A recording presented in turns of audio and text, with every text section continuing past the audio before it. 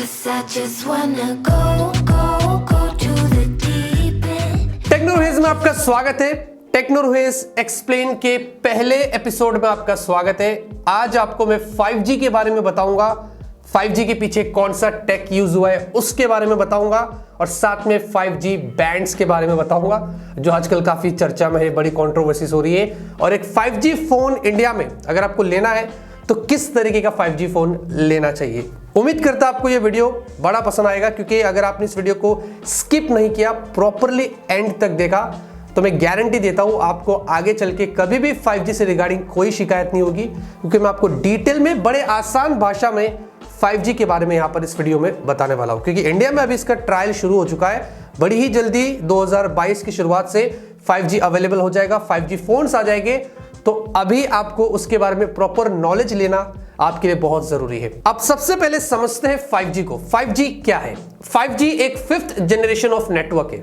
5th यानी कि 5G make sense, right?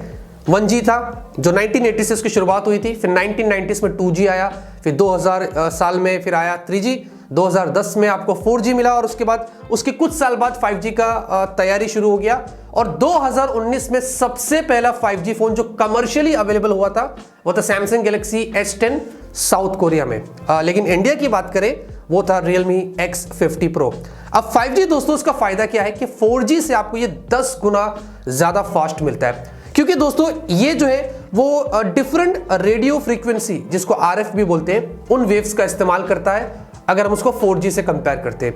क्योंकि दोस्तों इससे उसकी जो कैपेसिटी है वो ज्यादा रहती है, इसमें आपको हायर बैंडविड्थ मिलता है, लो लेटेंसी होती है, और साथ में स्पीड आपको यहां पर बहुत ज्यादा मिलती है। तो ये एक फायदा है 4G से अगर हम 5G को कंपेयर करते हैं।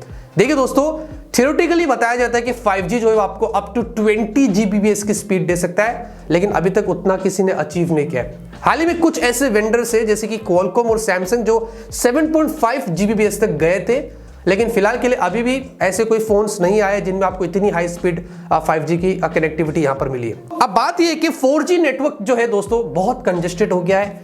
मतलब मैं आपसे क्या बताऊं, इतने सारे बैंड्स, इतने सारे यूजर्स, तो 4G का टाइम अब खत्म हो चुका है। एक न्यू नेटवर्क चाहिए हमें, इसलिए 5G का आविष्कार हुआ।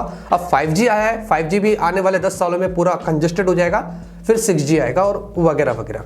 अब 5G दोस्तों सिर्फ मोबाइल डेटा और कॉलिंग वगैरह के लिए इस्तेमाल नहीं होता है, बल्कि इसके और भी सारे फायदे हैं, जैसे कि एंटरप्राइज सॉल्यूशंस, जिसमें आपको ड्राइवरलेस कार्स, स्मार्ट सिटीज हो, या medical sector, smart machinery, smart manufacturing वगैरह में इसका इस्तेमाल होता है। इतना ही नहीं, IoT कनेक्टिविटी जो होती है, आपको पता है इंटरनेट ऑफ थिंग्स, हाँ, तो उनके लिए भी 5G बहुत ज्यादा यूजफुल है। तो 5G सिर्फ स्मार्टफोन्स और डेटा और कनेक्टिविटी के लिए नहीं, बल्कि इन सारे चीजों में भी बहुत ज्यादा काम में लिया जाएगा। अब ये तो रहा 5G।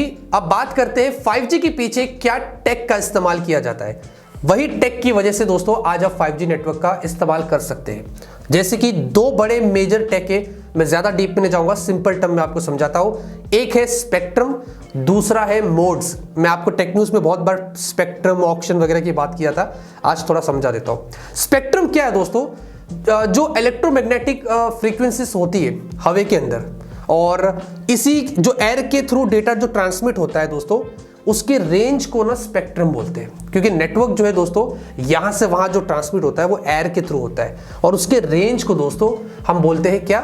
स्पेक्ट्रम। और इसी में 5G क्या करता है कि जो सबसे ब्रॉडर रेडियो फ्रीक्वेंसी वेव्स होता है स्पेक्ट्रम का, उसका इस्तेमाल करता है। यानी कि दो रास्ते हैं यहां पर, एक रास्ता बहुत ब्रॉड है, एक रास्ता बहुत छोटा है।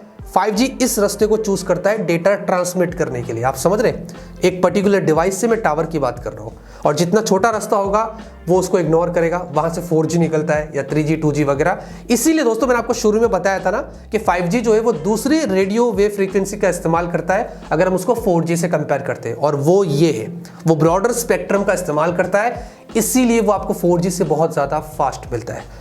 दूसरा जो टेक है दोस्तों वो है मोड्स। मोड्स में आपको दो चीजें मिलती है, एक होता है NSA, दूसरा होता है SA। NSA यानी कि नॉन स्टैंड अलोन। बेसिकली इसमें ब्रांड्स क्या करती है, जो OEMs होती है, जो कंपनीज होती है, वो क्या करती है कि जो एग्जिस्टिंग 4G बेस स्टेशन होता है, 4G कोर नेटवर्क्स होते हैं, उनका इस्तेमाल करती है 5G डिप्लॉय करने के लिए।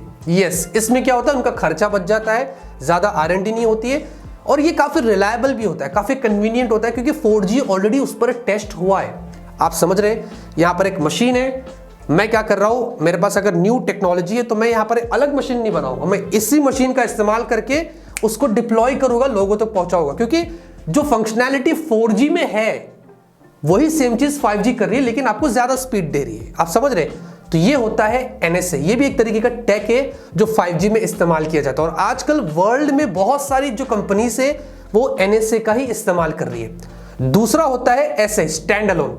इसके लिए दोस्तों मुझे यहां पर अलग से बड़ी मशीन खड़ी करनी पड़ेगी, ये डिफरेंट कोर्स है, ये सब कुछ नया होता है और इसके लिए खर्चा भी बहुत ज्यादा हो जाएगा, इसलिए कंपनीज ज्यादातर इसको इग्नोर करती है।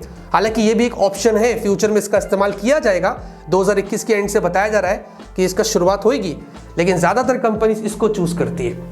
फिलहाल के लिए एग्जाम्पल दूं तो Realme 8 5G एक ऐसा फोन है जिसमें आपको NSA और SA दोनों टेक मिलते हैं एक 5G फोन में। यस, अब आते हैं 5G बैंड की तरफ। OnePlus 9 सीरीज 2 बैंड दे रहा है फोन में, Mi 11X सीरीज 2 बैंड, कुछ बजट फोन में 4 है, कुछ में 10, कुछ में 11 वगैरह वगैरह। ये क्या चीज है दोस्तों, 5G बैंड क्या चीज है और इसकी अहमियत क्या है 5G नेटवर्क में, और ये देखकर आपको क्या फोन लेना चाहिए नहीं लेना चाहिए मैं आपको अभी डिटेल में बताता हूं। देखिए दोस्तों, जो बैंड है 5G के, इसमें भी आपको 3 कैटेगरीज मिलती है, लो बैंड, मिड बैंड और हाई बैंड। हाई बैंड को फिलहाल के लिए साइड में करते हैं, हम लो बैंड और मिड बैंड की बात करते हैं। देखिए दोस्तों, ये सब 6 गीगाहर्ट्ज बैंड के अंडर आते हैं, यानी कि जो नेटवर्क की फ्रीक्वेंसी होती है लो बैंड और मिड बैंड में, वो सब 6 गीगाहर्ट्ज के नीचे होते हैं, उसके ऊपर नहीं जा सकते हैं। जो 4G नेटवर्क्स आज आप देख रहे हैं मार्केट में, कितना भी एडवांस क्यों ना हो, वो सब 6 गीगाहर्ट्ज के नीचे ही रहते हैं। बहुत सारी OEMs, बहुत सारी कंपनीज जो है NSA का इस्तेमाल करती है, अभी आपको मैंने थोड़ी देर पहले एक्सप्लेन किया था, और बहुत कंट्रीज में ना लो बैंड का इस्तेमाल करके 5G नेटवर्क दे रही है, और कंप्लेंट्स आती है कि भाई 5G नेटवर्क इतना स्लो क्यों है, क्योंकि वो लो बैंड का इस्तेमाल कर रही है। सिंपल टर्म में आपको एक चार्ट दिखाता हूं, आप देख लीजिए, लो बैंड और मिड बैंड आप देख सकते हैं, इसमें आपको बाजू में उसकी फ्रीक्वेंसी दिखाई दे रही है, जितनी कम फ्रीक्वेंसी उतनी कम स्पीड, जितनी ज्यादा उतनी बेटर आपको स्पीड मिलेगी, और उसके बाजू में उसका नाम भी है N5, N70, N71, N78। यही दोस्तों जो कंपनीज जो है आज अपने फोन्स के साथ मेंशन करती है कि हमारे फोन में इस तरीके के बैंड्स हैं, कुछ बोलते हैं 2, कुछ बोलते हैं 4, कुछ बोलते हैं 10।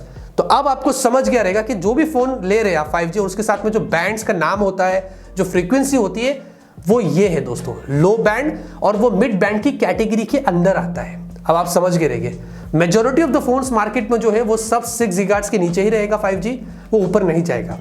क्योंकि ऊपर की बात करते हैं तो वो 1 GB बेस की स्पीड के ऊपर की बात हो जाती है, और वो MM वेव कैटेगरी के अंदर आ जाता है। MM वेव दोस्तों 24 गीगाहर्ट्ज से शुरू होता है और इसकी फ्रीक्वेंसी बहुत ऊपर तक जाती है, स्टेडियम्स, मॉल्स, और ये अभी इसको थोड़ा सा बड़ी बड़ी जगहों पर इस्तेमाल किया जाएगा, तो फिलहाल के लिए हम इसकी बात अभी नहीं करते। ऑलराइट, तो क्विक समरी करते हैं। मैंने आपको बताया कि 5G क्या होता है, 5G के पीछे किन टेक का इस्तेमाल किया जाता है, और 5G में कितने बैंड्स होते हैं।